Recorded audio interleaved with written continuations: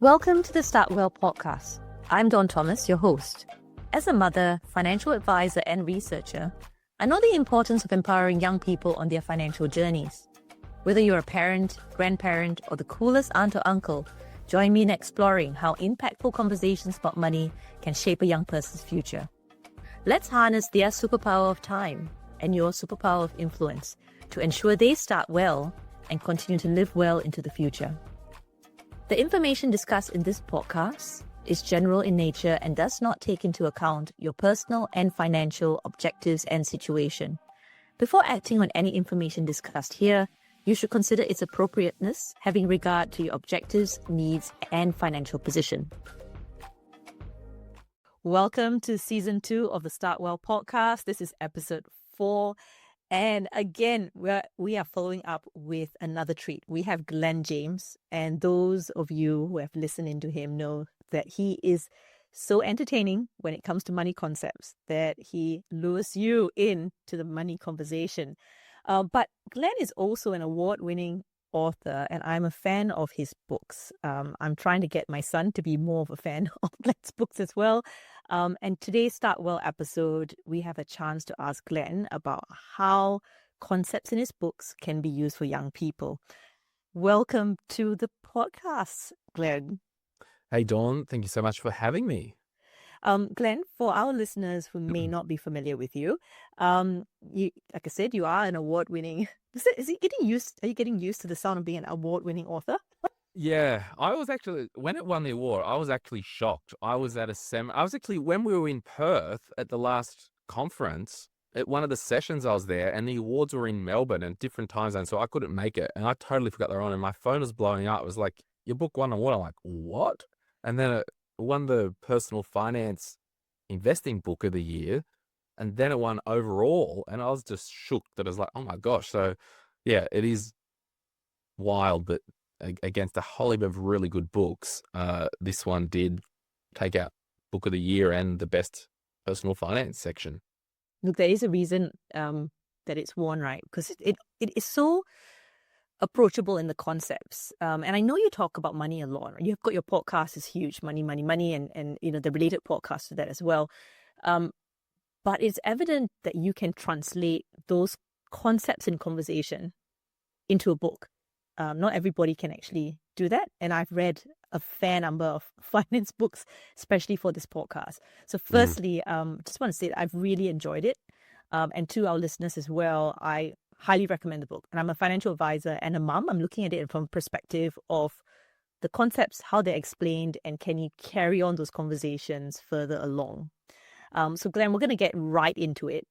Your book starts with investigating the why. Okay, so your book is called The Quick Start Guide to Investing. And you kind of want to slow the reader down before jumping into investing. You want them to look at the why.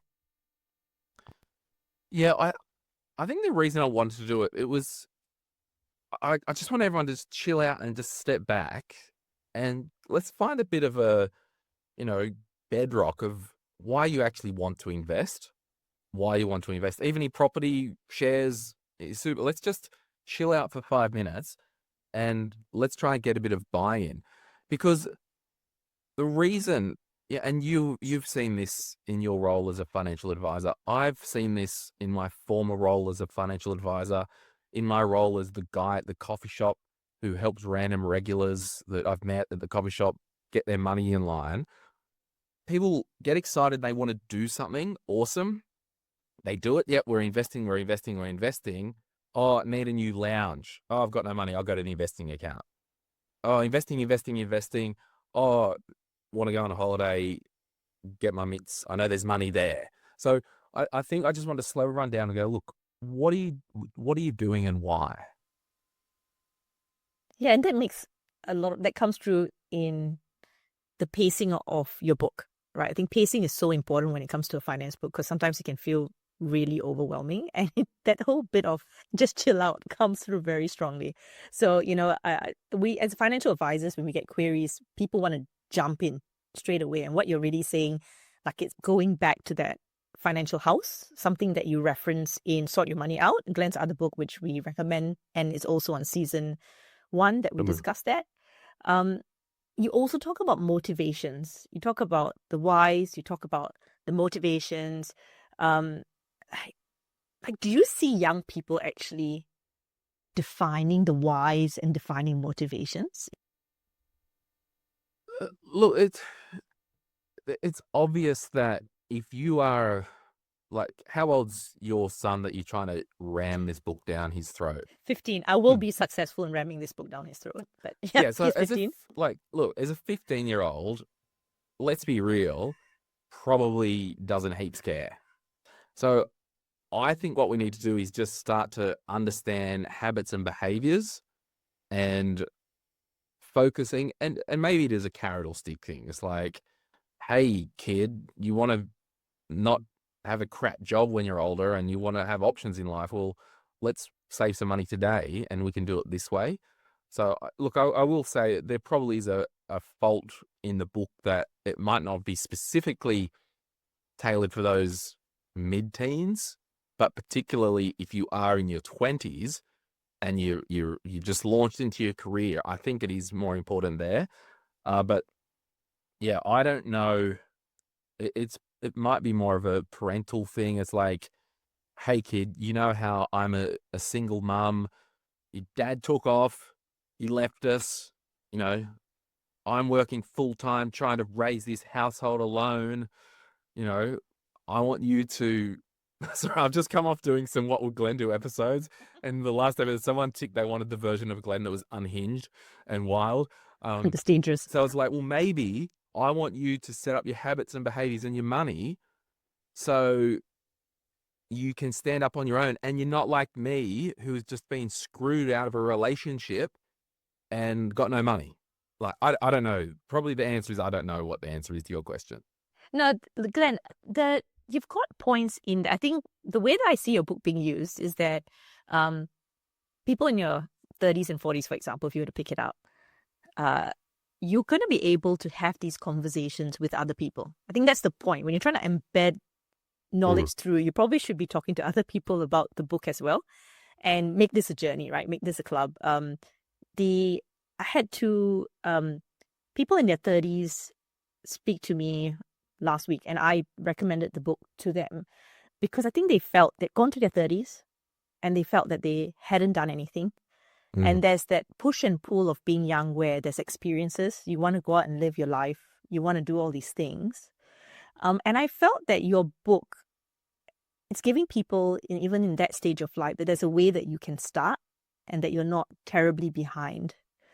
For young people, they may not realize a lot of things yet, but they might hear some gold from adults around some of the lessons you have in the book.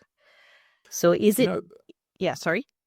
Oh, no, I just before you move on, I was just thinking when you talk about people and they want to, you know, what directions we take in life, and then we talk about the younger people, I actually think, just in thinking about it there on the fly, if we look at late teens or early 20s, there's often this fork in the road, and it could be, well, I'm leaving school and I'm just going to work casually and just put all my money into travel, right? Or I'm going to save really hard, grind it, and start investing or buy my first home and then do that. Now, when you look at, like, anecdotally ask people if they're in their 30s or 40s, hey, when you were in your early 20s or late teens, do you regret saving up and buying the house? Some will say, yeah, I do. I wish I'd traveled. Some will say, no, I don't. Got into the market. Do you regret traveling straight out of uni and doing the gap year and all that? Because that's just as valuable in terms of your life. Some will say, no regrets at all. Wish I did it. Some will say, yeah, I did. Spent too much money and didn't get my act together. I think it's cool to do whatever you want, but the underlying thing that I would encourage young people to do, and even if I clip this and send it to my niece and nephews, just literally have some type of plan or strategy in place. Like, yes, absolutely go and do Europe for 12 months, but know that I'm doing this on purpose. Then I'm going to come back and start my career and get serious. Or, yep, I'm going to do the house first. Then we're going to save and travel. I think it's all about intention. I talk about have a plan, however small. And at least if you've got some type of strategy and plan, you can just full on do that and own it and enjoy it.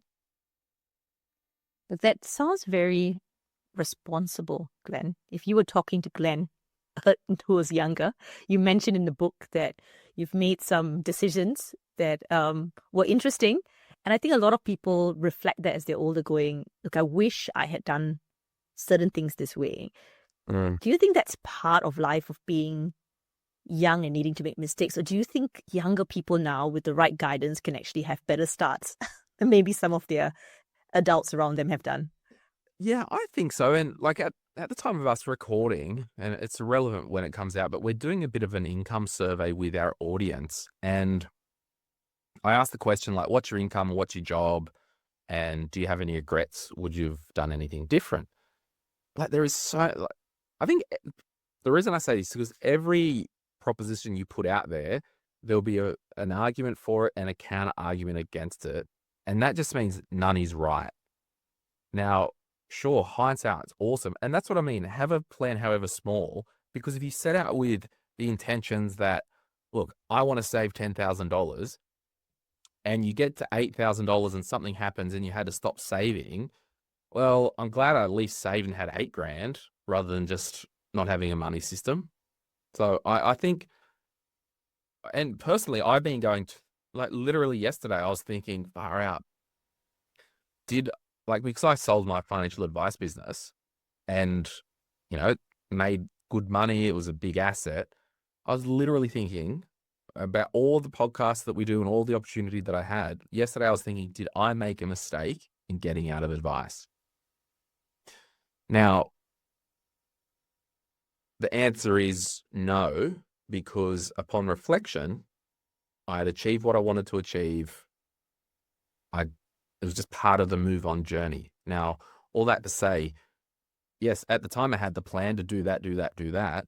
But always in the background, there's going to be this running humanity thing of hindsight, comparison, and all that. Because I was thinking with these thoughts, I've got colleagues who have all got really good, mature financial advice businesses that are doing very well financially. So I'm like, oh, crap, I shouldn't have done that. Now I'm doing dumb podcasts and books. So there's like a lot of behavioral, and that's why if you go back to have a strategy, you just got to have a strategy or a plan, have a small and own it. And if you need to tweak it along the way, that's fine. That makes sense. I think we do look to the past. Maybe that's one of the tragic things about being older. And you're hoping that you could turn back time, maybe. I mean, not necessarily regret, or you wonder how things might have gone in a different way. I think probably for me as a parent, I know you're an uncle, that tragically you're trying so hard to make sure that your kids have good outcomes, but they're going to live their own life in their own way. They're going to have their own regrets. They're going to have their own goals. This conversation around jobs when they get out, I thought it was so interesting in your book because I've not actually seen that too much in finance books. 𝐒𝐓𝐀𝐑𝐓 talked about the importance of your job, and she talked about even part-time jobs. You said, your early career decisions are important. Can you just unpack that? Just because I don't hear that too much, Glenn, because I think maybe parents are so aware of trying to support kids' needs, letting them be who they are, not stressing them out. Why is that an important conversation? Well, I think it's that important that, we wrote a whole book on just career, and, that book sort your career out and make more money, because I fundamentally believe your income and your career is the best asset you'll ever have. In the money world, it's literally your career is an annuity. What does an annuity do? It spits out money every year. So I just think it's so, so important to really nail your career, because one of the things I touched on in the book was if you wanted to, if you had $10,000, for example, invested and you wanted to grow that to $20,000, right? By $10,000. To find an investment to do that would be an investment that carries a very high risk because it would need to generate a 100% return in 1 year, right? And there is no way on the planet that you would want to put 100% of your $10,000 or 100% of the invested money that you've got into something that is that high risk of a chance of a 100% return. So I talk about, well, what if you did study a little bit or upskill or paid attention to your career? And what if over the next couple of years, you could get a pay rise or a pay increase of $10,000? You haven't risked all your capital by hanging around in high risk areas. And that $10,000 increase or the $5,000 increase, that's an annuity that will year on year continue to grow with inflation. So the career is a huge portion of your wealth plan. It is the most important asset you've got. So why wouldn't you want to pay attention to it? Like, forget trying to find an investment that does 20% a year even. Forget that. We want market returns. Market returns could be 8 to 10% year on year. That could be spicy for some people. Flip and work on your career. You could get that $10,000 return, and this is all relative to your situation, without any capital risk. It's such an important conversation. I feel that we're not talking about, I mean, there's a lot of things we don't talk about with young people enough. And it's like, I just got off doing an episode with a woman. She was 32. Her partner was 38. She's, good executive role, 100K income. The husband, 60K income plus super. So less than $70,000 package for a 38-year-old. They want to do all this stuff. I'm like, hey, this is not a red flag, but there's a big amber flag here. You've just said you guys want to retire maybe in 15 years. Well, old mate needs to get moving on his income side of the equation, because a 38-year-old with his type of skill set and vibe is worth more than 60K in the market, and particularly in the area that they were living in. So you want to get money in your life, or maybe focus on the shovel that's generating the money rather than the pot plant that you're putting the freaking dirt into, which is your investing account. I enjoy that so much because maybe I feel I have so much more ammunition as I go and nag my children this evening after speaking to you. Like all of these things end up at the conversation. I will table. say, Dawn, my comments are worth what you paid for. No, it's just an interesting topic that's there. I guess I'm asking that question now, I think, to most of our guests. We had Jenny Rolfe Wallace in our first episode really talking about International Women's Day themes that are coming out. So it was a women-centric episode. And I think what we talk about is, you've got your industries that are more male-orientated. And then you've got industries that have more women. But sometimes we refer to those as feminized professions, and we know they're paid less. So on one hand, it's wrong that society's valuing women less and what they do. But on the other hand, that that's not going to change anytime soon. So, the way I sort of look at it is the more pragmatic sense of, is society going to change that quickly where women are going to be valued equally? No, they're not. So what can we control is maybe the conversations we have with our kids. But then is that something that is important to push? I think you've given points for consideration. It doesn't mean that a parent needs to go down that road with parenting, but it's an important conversation to have.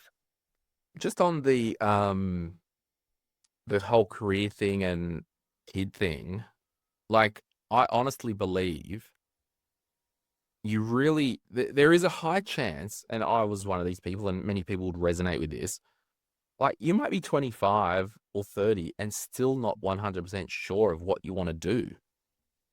And given that more of us are in that boat, in the 20 years, I would really encourage any school leaver, if you do not 100% know that I came out of the womb knowing that I want to be standing back in this room as a OBGYN, like, if you totally know that I want to leave school and be a flipping gyno, yeah, leave school, knock yourself out. If you're up to it, go to uni, get it done. It's going to be a 7-year journey.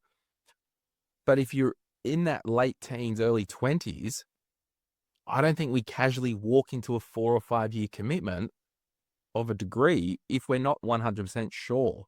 Now, there will probably be a million people that at me and go, no, everyone should do uni. It's a good education, blah, blah, blah. It's not if it's a waste of flipping time and money. So why leave school, go work at JB Hi-Fi or Bunnings for 3 years, get some cash, you'll get some experience working with people. Then go, oh, you know what? I would really like to do psychology. Sweet. We'll keep out of consumer debt. Don't have a good budgeting system and plan. Set your life up so it's agile and you can move. Then go, yeah, I'm going to go to uni as a 24 or 5-year-old. Yeah, there's a lot of pathways forward. And also, it brings us back. Also just do what you want. I don't care. Yeah. It brings us back to the point about being intentional, right? Is it intentional? Yeah, that's right. And planning.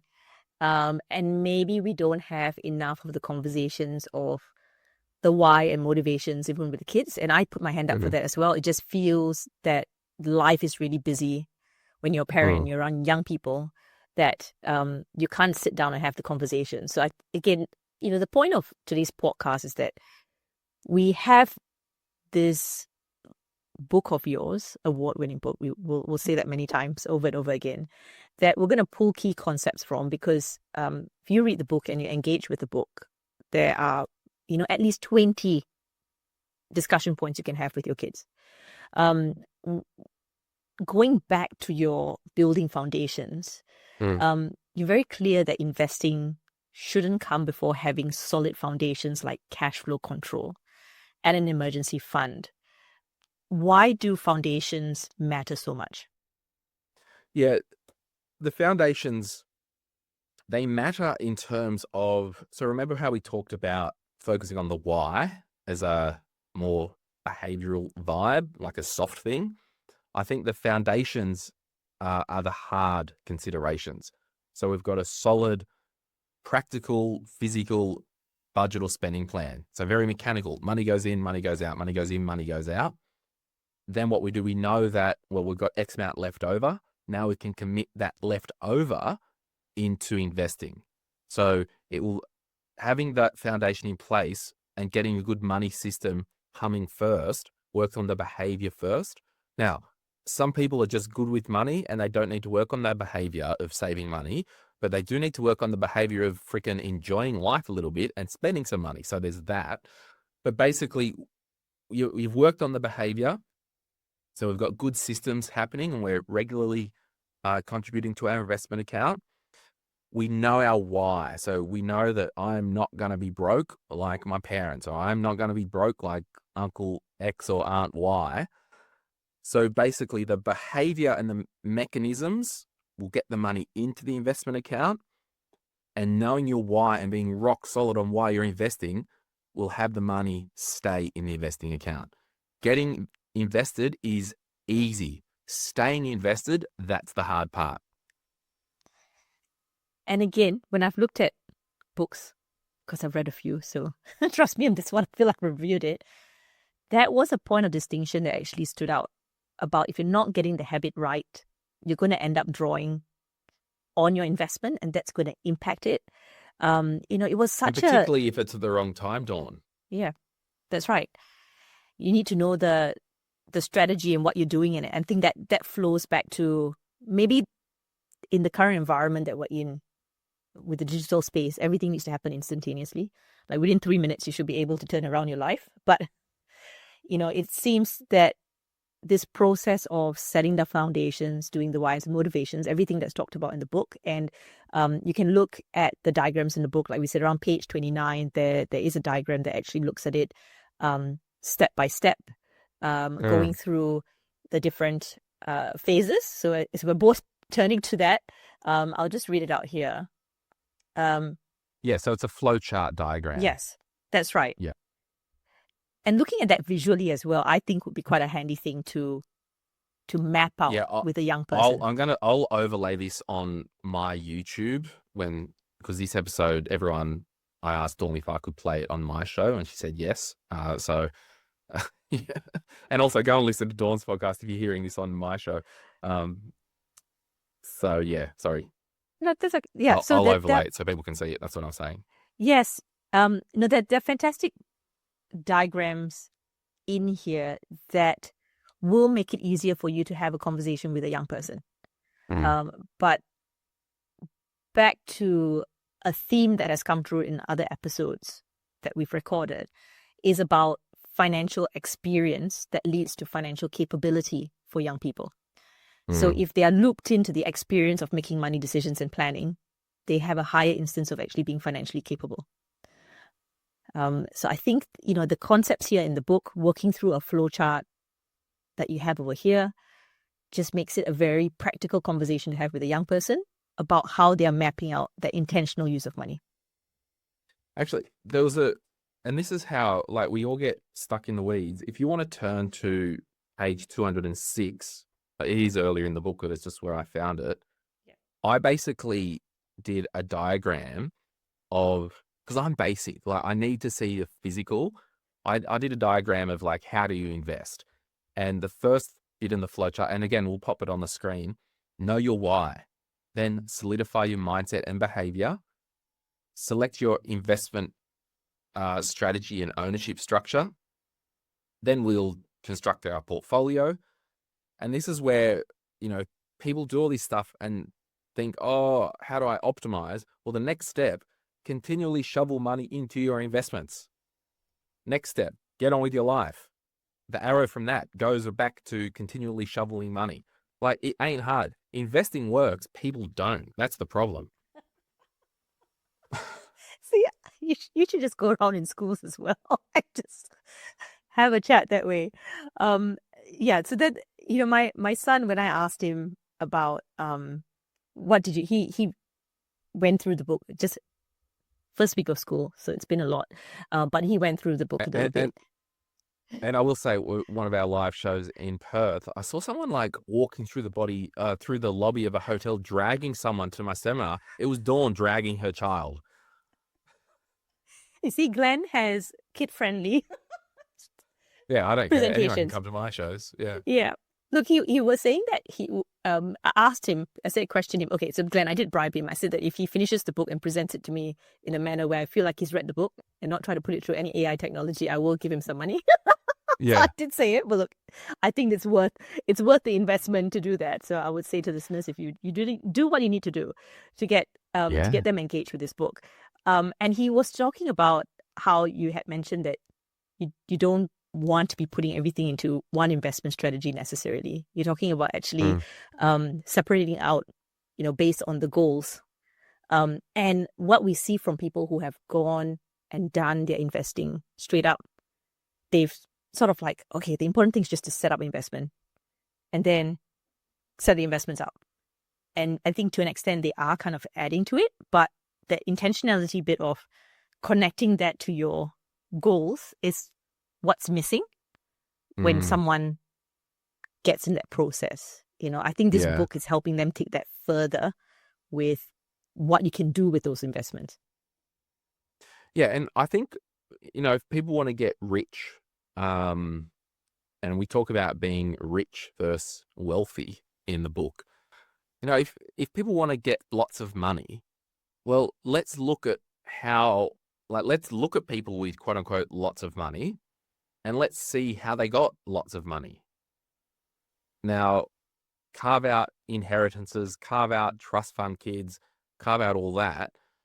But your general Australian who's got a decent income, decent superannuation balance, decent investment portfolio, and some choice in life, well, it's called cause and effect. If you want the effect of being wealthy, well, do the cause that made that effect. So you just work backwards. Like, this crap isn't hard, but we struggle. I mean, that's the same thing. People go, oh, like really fit and healthy people go, it's not hard to be fit. I'm like, yeah, it is. Yeah. But I've got crappy hair. Actually, Dawn, today I went to the physio and he's telling me this stuff about my ankle. And I'm like, are you saying I might have to do this a couple of times a week for the rest of my life? Is that what you're telling me? And then he went on a tangent to say, oh, no, let's talk about money. And, if you want to be good with money, you regularly got to work on your stuff because it's better than not having money. I'm like, it sounds like you're telling me that I do have to do this for the rest of my life. But that instance, I thought, hang on, back up the truck. I've got a fundamental problem with my mindset in relation to that area of my life. So Yeah, I get I'm that. actually going to find a mindset coach and interview them on the podcast. And if they're good, I'll use them myself. That's one way to. I like your approach. Yeah. Time well spent. Look, that mindset, yeah, is so powerful because you could be in control in certain areas of your life, but not others. And I think maybe what we see from people that contact you or engage with us, they've acknowledged, right, that there's something there that they haven't been able to do on themselves, so they are asking someone else to help intervene in the scenario. But there's so much that's there with young people and the pressure to fit in, because you do talk about the rich, you're being rich versus wealthy.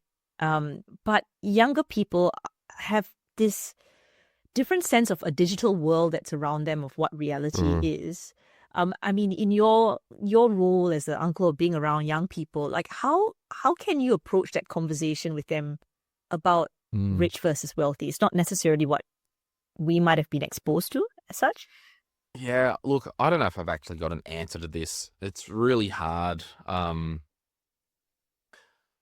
just think, particularly with my nephews, like we've recently done a cruise at the start of the year together, and I had a lot of time with them alone, and I was talking about what they want to do with their life and all that stuff, and I actually still need to do it. In the career book, the first chapter is on like your values, and I was basically like, look, I'm going to send you the whole heap of values, and I just want you to select what are the 5 words on this sheet that reflects what you are most.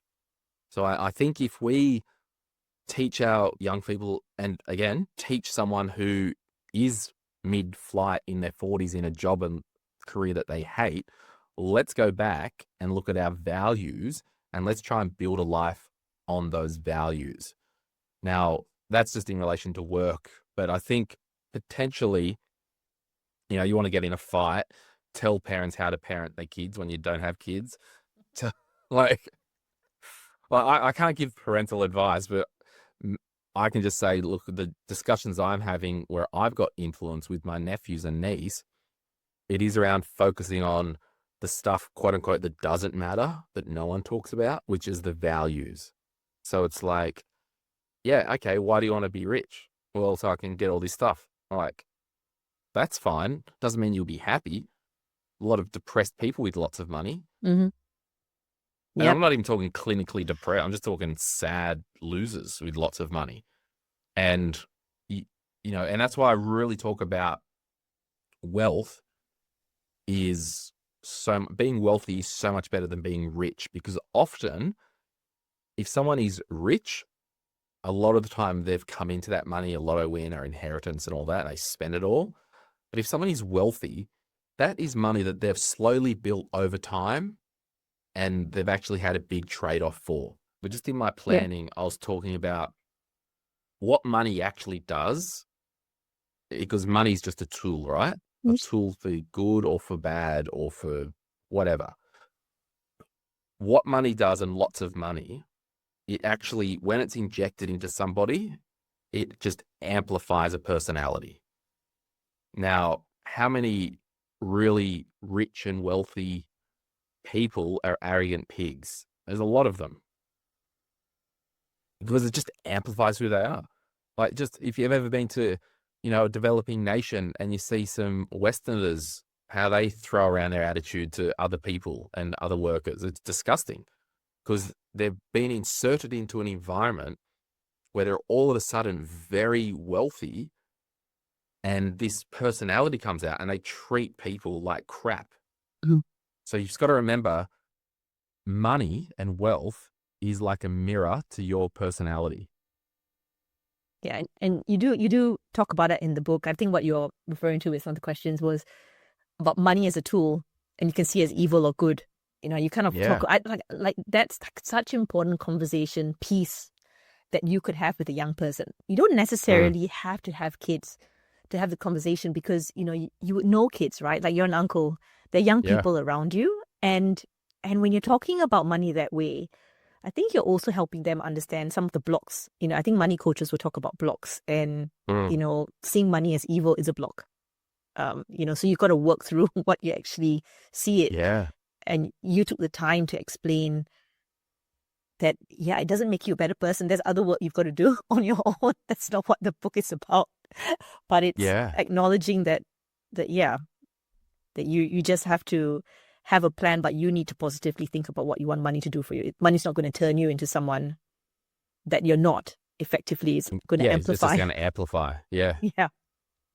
Yeah. So that's very high, big thinking stuff, Glenn. Like I'm gonna try it on my 45-minute drive with my kids today to their hockey. I will be. I'm gonna try out this conversation about money, and Yeah, well, even just ask them, like, if you could define, 3 values of yours as a person, what would it be? And you could do like, oh, I really value autonomy or freedom, or I really value structure, I really value security. Because I think if we dig down to our values and live a life according to those values, as long as they're not doing harm to others, like I value alone time. Okay, well, you've got a family and a spouse, probably need to spend time with them. Like, I think it's really important, particularly with a career mindset. It's the values that are the bedrock in that sense. yeah, it's down to the values. I think that's a common theme that comes through about successful planning and other areas Mm. in our life. And again, I'll say that I recommend this book, particularly if you're a parent, because also the concepts of how you introduce, how shares work, the different asset classes work, Mm. very easy to engage with, because as financial advisors, we see definitions of investments from like our study material, how investment brochures, we see many variations of how these things are Mm. explained, but you've broken it down in a way that most people can engage with it. It's not information overload.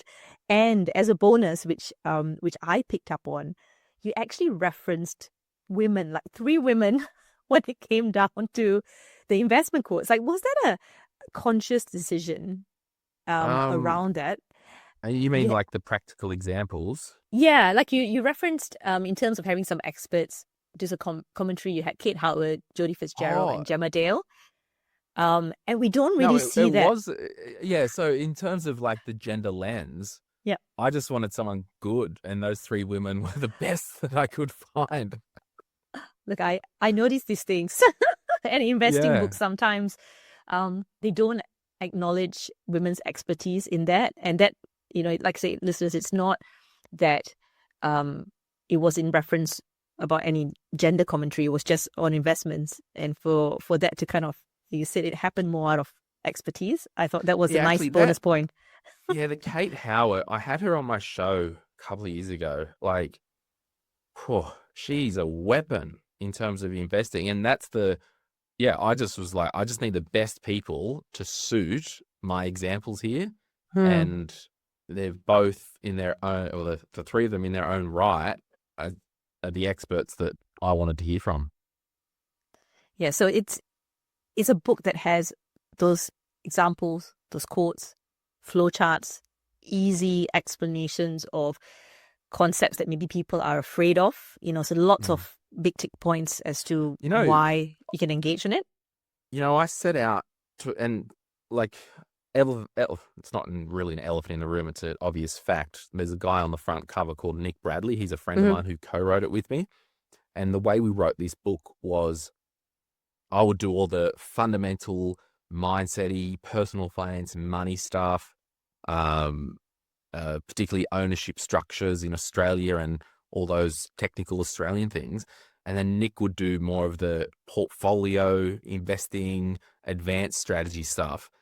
And I was actually talking to the publisher yesterday because we're about to release the Quick Start Guide to Your First Property.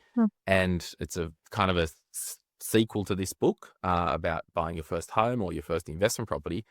And I said to the publisher, I'm like, look, to be honest, it's probably the only investing book in Australia that doesn't have a table with tax charts and franking credits and explaining that. And I did that on purpose because the Quick Start Guide to Investing, learn how to invest simpler, smarter, and sooner. Understanding franking credits and tax tables don't fit that vibe.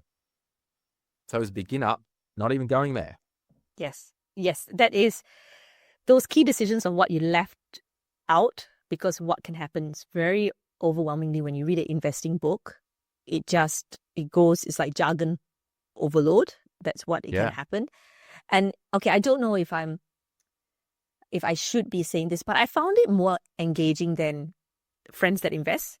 As a book, but I feel that maybe that had gained so much of attention that I was hoping for it to give me something that was really new. So it's good that it's gotten people into the conversation of investing. So those books are all relevant, but you're also acknowledging that this particular book here also talks to the Australian audience. While I know Nick comes in with the non-Australian background. And I was worried when we thought we were breaking up the chapters that when Nick took over with the book, that it may lose that same flow, but it didn't. It still kind of kept true to what you were targeting. Yeah. And look, I think Friends That Invest is an amazing resource that I would say read it in concert, because Sim has given a lot of information that will actually help people invest. But I would say read both, but read mine first, particularly if you are in Australia, because I had been the financial advisor for many years. I'd done the podcast for 6 years. And just from the way that I was seeing the world, I just knew you've got to understand the structure, the concepts and the behaviors and all that soft stuff, nail all that first and make it hugely practical. Because like I said, I know to the core, anyone who wants to get started with investing, who doesn't know anything about it, I can tell you right now, don't tell them about franking credits. It doesn't matter right now. It just does not matter right now. In fact, in the first, I think, paragraph or page, and I did this as a bit of a tongue-in-cheek, I said, investing is easy. I'll show you how. You could download an investment app. Popular ones are Superhero and Sharesies. Open an account, transfer in some money, and buy the ETF 𝐼𝐄. You now own 200 of the top Australian companies with one transaction. I mean, if you just did that, you're invested and it's all good. You're in. But it's more than that. So that's why I wasn't holding back being opaque and vague about, I just wanted a practical example, like Google Sharesies, Google Superhero, Google 𝐼𝐄. See about, you could literally invest in that and it's all good. Okay, now we need to know that, well, maybe we don't want 100% Australian shares. Yeah, and I think that's why I was taken, like you said, yes, you want to read this first before reading maybe a books like Friends That Invest. I think that's very accurate. And I will say as well, Sim is actually an academic. She's very intelligent and did optometry. Like, I have not met any dumb optometrists, let me tell you. And you describe this as a street smart. I'm I'm the buffoon. I'll get you an outcome. Let's go, baby. But so it's just different mindsets and vibes and histories and all that. But yes, and that's why it's filling a gap. Read her second. Yeah, it's filling a gap there maybe with. Like I said, I've not read every book in the universe, but I have read a few, and it's just a really inviting book to start the conversation and have actions without feeling overwhelmed. But then as a parent, the flip side of it is being able to have multiple points of conversations that you can have at home. So, highly recommended book. Well, maybe Dawn, I don't want to commit to anything because I do that, but maybe Dawn and Glennie should write a book for kids. Look, I've got my notes down. I feel I do so much of content with kids that one day I just Yeah. have to note everything down. But Yeah, I'm go waiting. for it. I'm waiting for my academic notifications, Glenn. It'll take me about 2 years to finish off my PhD, and then you've got the. Yep. It's supposed to give you a bit more like force behind it, right? If you kind of finish your Yeah. studies. So Yeah. what's your PhD? I am exploring Generation Z's engagement and experience with superannuation, their initial experience, and also parental perspective. So what parents do, how does it actually impact their perception of superannuation, their engagement? Yeah, cool. Yeah, so that's why for me, finance books are fascinating. Conversations with kids are fascinating. And, I want to bring that into research because it is important to put an academic lens behind things. But what you're doing has a more real world impact. I think that's the world that we live in, is real world impact of trying to get people to take action instead of it just staying in their head. And we've just been so lucky to be able to have you on the podcast, Glenn. I'm so appreciative of your time. It's gotten me excited with some conversations that I'm going to have with the kids. And I'm hoping that those listening in as well, you're just dying to just pin down your kids and just talk in your ear about all the stuff that we discussed and more things that you can read in the book. So thank you so much, Glenn. My pleasure. And thanks to all of your listeners for having a chat.